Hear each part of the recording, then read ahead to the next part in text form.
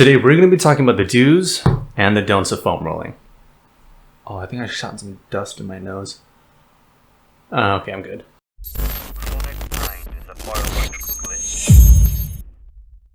Alright, so if you don't know what a foam roller is, and I guess you've been living under a rock for the past few years or something like that, I don't know. Foam rollers were initially used by dancers to alleviate tenderness and their muscles. Although in the past 2 decades, they exploded in popularity as more manual therapists, physiotherapists, and trainers and coaches have begun to use them. Foam rollers are made very simply. You usually have a PVC pipe in the middle of the foam roller. This is the type that you see in plumbing. Then you have a polymer type of plastic that laces the entire foam roller, so you get that type of cylindrical look. Foam rollers come in different shapes and sizes. My particular one is it's a bit on the smaller side, but it still gets the job done. Some are textured a bit smoothly, some are a bit on the rougher side, but at the end of the day, it comes down to your personal preference. Oh god, it's kind of sounding weird now. Anyhow, more entrepreneurs, corporations, and teams of manual therapists have started to become this whole self-myofascial release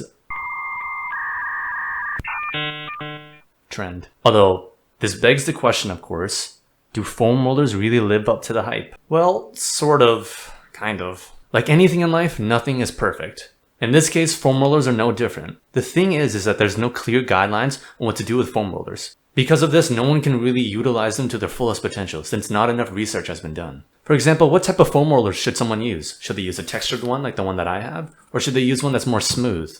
Or how about the density of the foam roller? Soft? Hard? Or how about the technique behind using a foam roller? No one really knows how to use a foam roller. They're rolling different places, they're going too fast or too slow. Or how about even knowing whether or not you need to use a foam roller in the first place? A lot of problems that causes pain, especially in the long term, are caused by chronic pain or an insidious onset of pain. So what that means is that your pain might not actually be structurally related to how your tissues feel. It might be a more central nervous system or brain related thing rather than ow, my back is actually in pain, in danger, and structurally damaged. For example, if you've ever sprained your ankle and it hurt for quite a while for the first week or two, and then 6 months later, you still kind of feel the pain every now and then, that pain might not actually be related to the structural integrity of your foot. So knowing whether or not to foam roll is very important, as if you foam roll something that you shouldn't be foam rolling and mashing up things that shouldn't be mashed up, you could be putting yourself in a lot worse of a position than before. And that leads me to one more point before I get to the actual meat of this video. How much pressure to put when you're foam rolling. If I had a nickel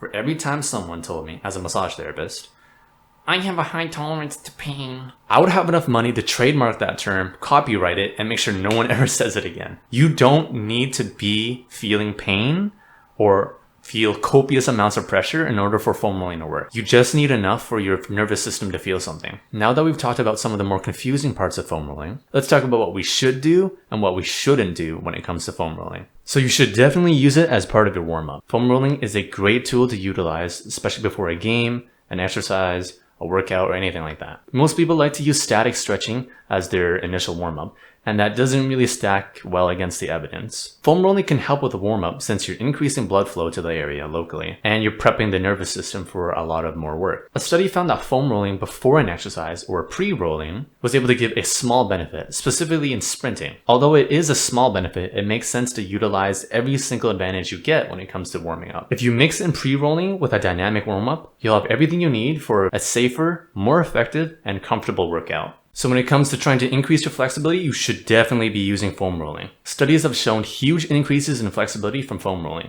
The reason why it works is twofold. First of all, you're slowly mashing at the connective tissue that surrounds your muscles, popularly known as fascia. Although you can't directly mold it or anything like that, you can change the properties of it. There's something called thixotropy, I don't know, I didn't Google the pronunciation. Essentially, it's a property that certain fluids have. So if you've ever noticed gelatin or shortening or cream or something like that, if you leave it alone for a while, it starts getting very thick. But once you start stirring it or agitating it in a way, it becomes thinner and more fluid-like. So our fascia has that same property. If you start rolling away at the fascia, you're going to start feeling more loose and more flexible. Another way that foam rolling has an effect on our flexibility is through pain receptors. So if you're rolling through the area, you're going to be stimulating those receptors, getting them to tell your brain, hey, there's something going on here. And as that signal becomes more sustained and prolongs itself, your body's just going to ignore it eventually, as it's nothing really to worry about. And you'll be able to get a better stretch in, you'll have more range of motion, and you'll be able to move further. Another thing that you should definitely be doing when it comes to foam rolling is incorporating it as part of your post-recovery workout, specifically if you're feeling sore. A multitude of studies have shown that foam rolling has a direct effect on the symptoms of DOMS, otherwise known as delayed onset of muscle soreness. If you've ever had a huge workout after not working out for a while, or if you just changed a workout abruptly and started to feel really sore, you'll know what I'm talking about. A day or two after a workout, you may be feeling like you can't move a single muscle. And if that happens, do your best to try to foam roll. Foam rolling any of the areas that you worked out could be super beneficial in speeding up your recovery. And if you aren't feeling sore yet, then I don't see why it wouldn't be able to help with the symptoms of DOMS later on. Alright, let's talk about the definite don'ts when it comes to foam rolling. Although we talked about using foam rolling as part of your recovery process, it would be wise for you to reconsider using it as your only form of recovery. Performance-wise, foam rolling doesn't really do anything after a workout. And although it may help with soreness, and of course you're not going to perform as well if you're sore, focusing on a healthy diet, getting enough sleep and enough quality sleep, and undergoing a regular exercise program are going to be the tools to maintaining performance. Alright, the next do not for foam rolling is trying to roll it into the next dimension. A lot of people that I see at the gym, and if you're watching this, I don't mean to hurt your feelings, but you're doing it wrong. People who are foam rolling like their life depended on it need to stop, calm down, and do it a lot slower. Foam rolling is a type of massage, except that you're just doing it on yourself.